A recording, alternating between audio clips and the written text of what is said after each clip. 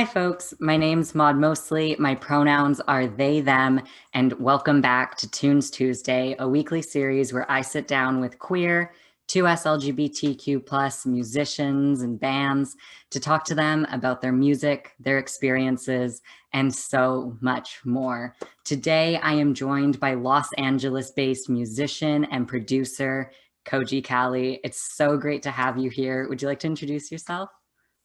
Yes, and thank you so much for having me, by the way. I really do appreciate your time. And yeah, I've watched a few of your shows and I'm just like, yeah, I love the way that you dive deep into like each person's individual journey. And yeah, but anyway, so yes, my name is Koji Kali, Los Angeles based. Um, I have been producing music for, what is it? Since I was 13.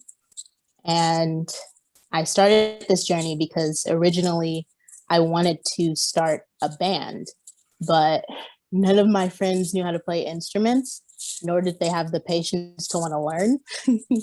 So I was just like, I don't know.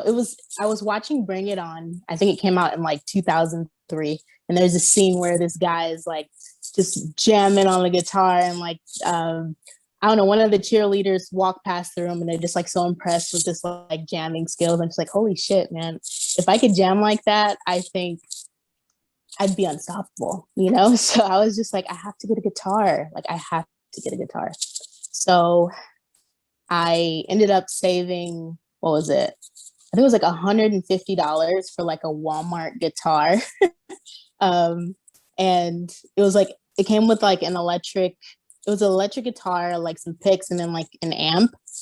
And yeah, I kept that guitar and I taught myself how to like play things that I would hear on like the radio or like on TV, like records that I liked. And that's like initially, I think, how I first started like really listening to music. Like I would hear music, but like I would really listen to music because I was trying to like learn the melodies and the rhythms of what they were playing. And um yeah, I think when I started that journey of the guitar at the age of 12, when I turned 13, um I was like, I think it's deeper than this. Like I want to know the back end of the record as a whole.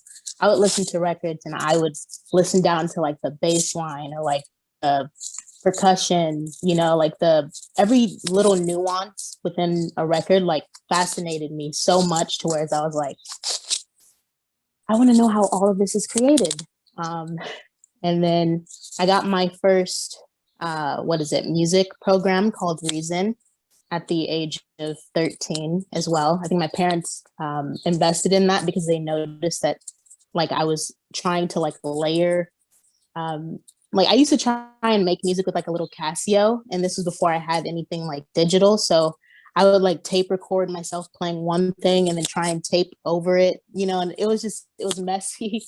So yeah, yeah, I guess initially when I got that music program and I saw that I could layer things myself and I could make like whole records, um, like that's when I really started on my journey of music production and musicianship, if you will. Yeah. I love that so much. Thank you for sharing so much of your backstory and really where that inspiration came from. I love that Bring It On was a part of your story. That's I incredible. know, so random. Still a great movie in so many ways. And you definitely are somebody who does like sharing your story, like sharing your journey. Or I must assume so, because in February of 2021, you released your documentary, Rolling Mary, which showcases your journey as an artist, producer, starting a record label, and more. You know, it's described as an inspiring story about hope, dedication, and perspective. And I love that you thought of this and created it because I feel like a lot of people either assume that there will never be a documentary about their life or their experiences, or they have like, you know, these dreams of being really famous and having documentaries made about them. Right. And I don't think lots of people realize that if you have a story to share, then that's something you can take control of and carry out. So what was it like creating this autobiographical piece, and would you recommend others explore the format? Well, yes. So first and foremost, I have to give credit and thanks to my love, my best friend, Annie Owl. She's the director of the film itself. And um, I think we were having a discussion one day, and the topic it came across in regards to like documentaries and stuff. And I was like, man, I always would, love to have like a movie written about me. I haven't done anything iconic yet, but, like I would love to someday have a movie about me. Um, and I was just like in awe when I saw the Quincy Jones documentary that came out. I believe it was last year on Netflix.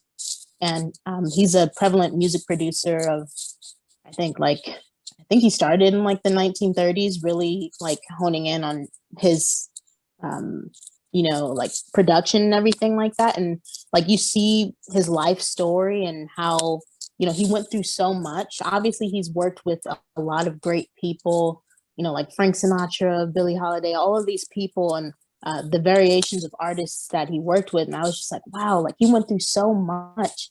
And, obviously he's famous, so he would have a documentary about him. I could never, like, because I don't have any money. I don't have, the resources or anything like that. Um, and when Annie and I were talking about this, she was like, well, why can't you? I'm like, why can't I? And it's like, okay, I don't have sound equipment. Okay, well, use the next best thing.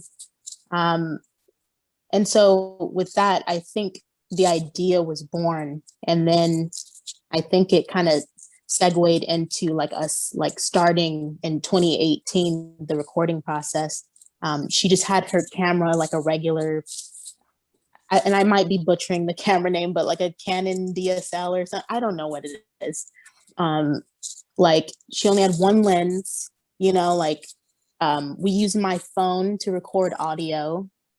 And I think like at first I was like, oh, this is crazy. Like no one would watch a compilation of like, me doing different random shit. Like I'm no one. Like who's gonna care? Like no one. No one's gonna care. um, but when she just started filming, I didn't realize that my life was telling a story essentially. Even though her as the editor as well, she edited the film so immaculately.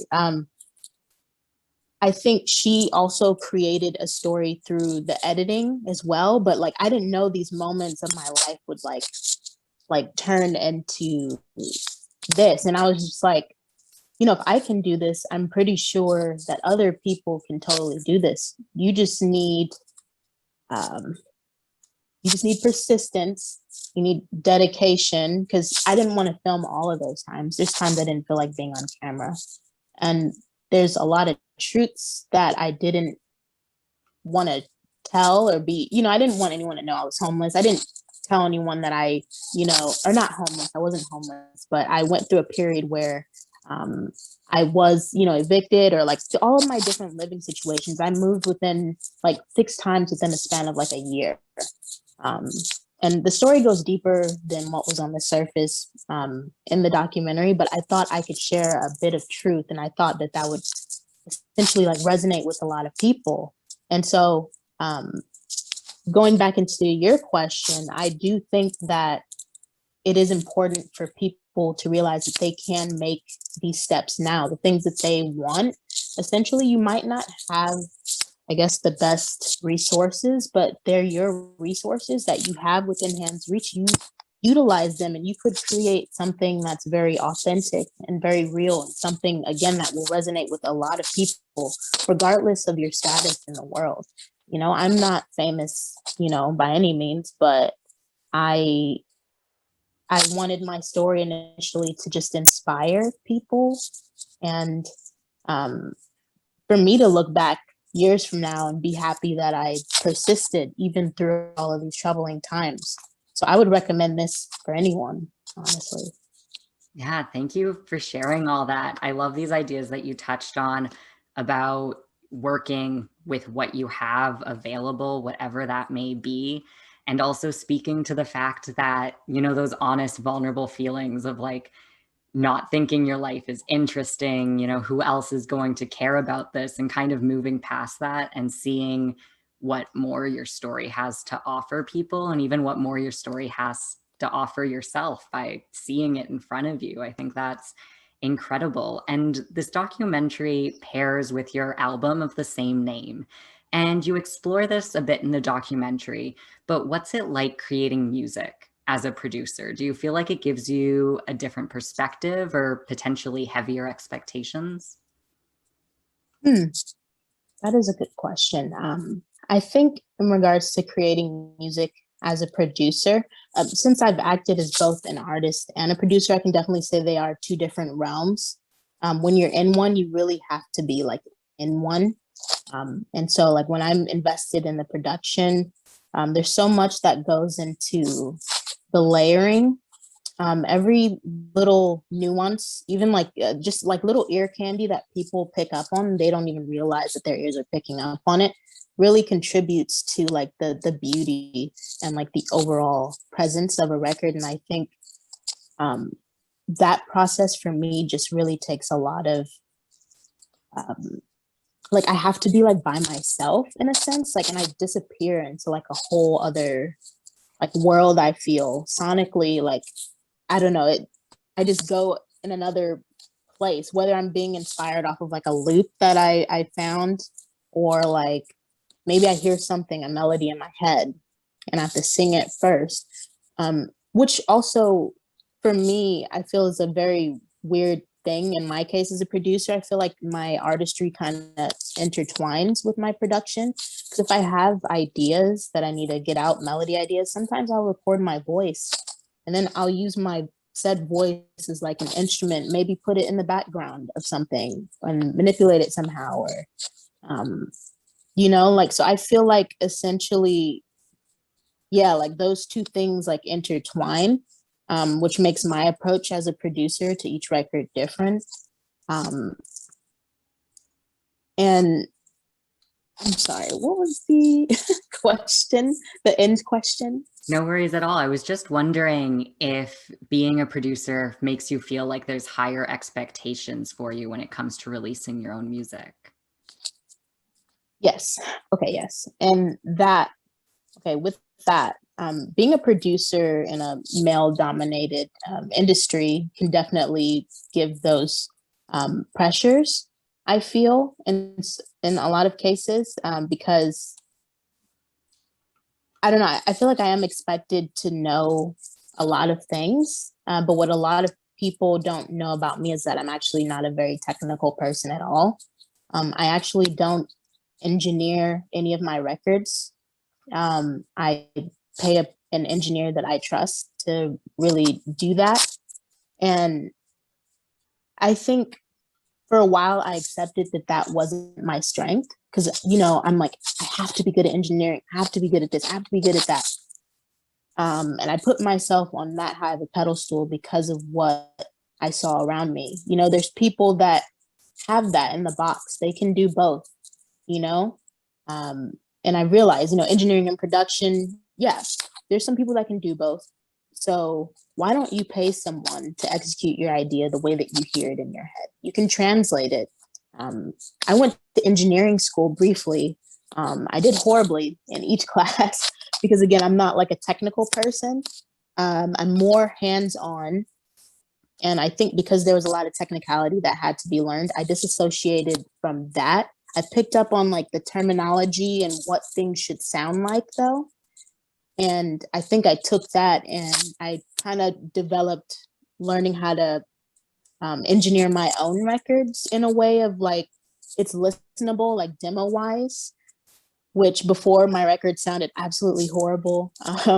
But going to engineering school gave me that, but I always knew that I wasn't going to be technical. So I say all this to say, play to your strengths, use other people, your resources around you to like help in that regard, to translate the record the way that you want. Because at the end of the day, I feel like other people's input could really help elevate your sound. At the end of the day, I mean, even though I am an independent artist, producer, um, when people get signed to labels, they have a whole team contributing as well. Not saying that you need a whole team, but you can't do everything by yourself, and that, I had to realize that. And, these pressures that I felt, I had to let some of that go because it wasn't helpful to my mental psyche. What I know that I'm good at, I push very hard in that. And that is my creativity. And that comes from just living, essentially, at the end of the day. So I try not to put pressure on myself anymore, um, and just really try and exercise my strengths and where I have it. So yeah, no pressure. No pressure at all. That is really great advice. And speaking of, male dominated fields and labels, which you just both brought up really spectacularly, is you also started a label called Lost Goddess Records and founded it with your girlfriend, Any Owl, who has actually previously been a guest on Tunes Tuesday. I was wondering, what are your goals and hopes for this label? Well, essentially, I think both of our goals were to, or are to, create a safe space for artists to truly exercise their art. Because I feel like in regular labels, depending on the deal that you get, you can be looped into doing something that they consider creative but doesn't really resonate with you, and you'll feel imprisoned by music, which in turn will make you hate music. And it's like, I don't want to lose my love for that. And I wouldn't want anyone that I was working with to lose their love for music, because at the end of the day, it's a spiritual thing. And I wouldn't want to intertwine with anyone's spirituality or their their love for music at all. I want people to love music even more when they're around me. That's my goal. And my goal is to um, create that safe space where artists feel like they can be themselves. And Any, being the visualist that she is in her creative direction, um, the reason why we work is because I handle the music aspect of it with her creative direction. And she knows, all of the color palettes and all the fine little details of an artist's brand, and, the social media marketing.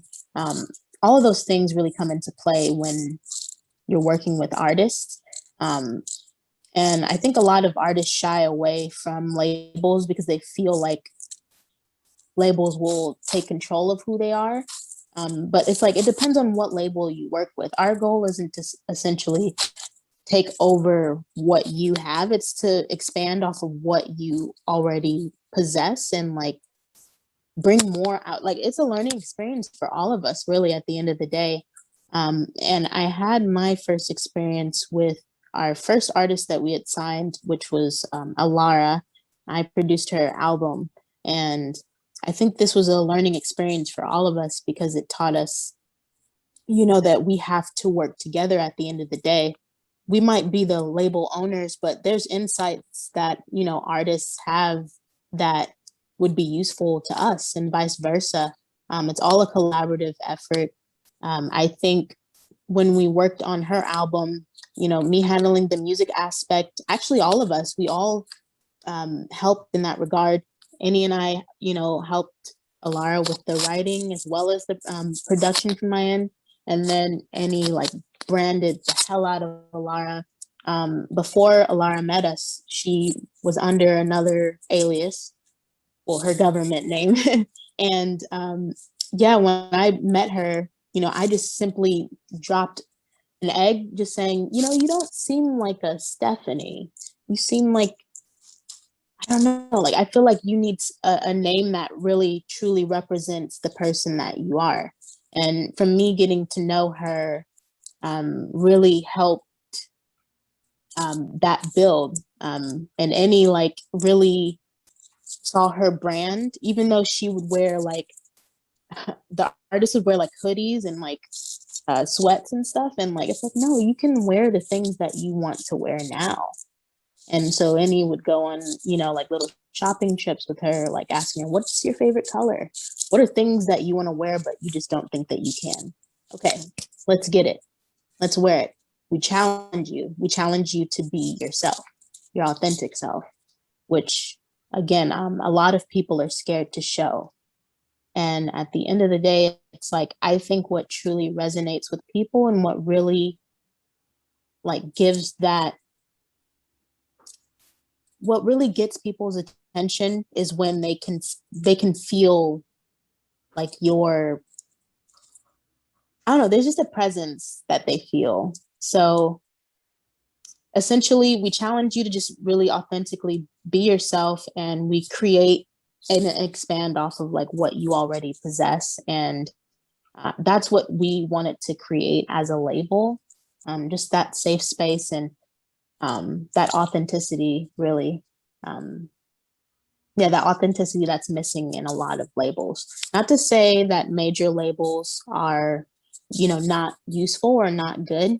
Their marketing team, as well as like, if you had a major label distribution deal where you could, essentially have your music across all platforms, and but you still retain, creative control. I mean, any one of us independently, we can have our music across all platforms, but like with labels, I think they have like connections to different brands and things that could really help elevate your music.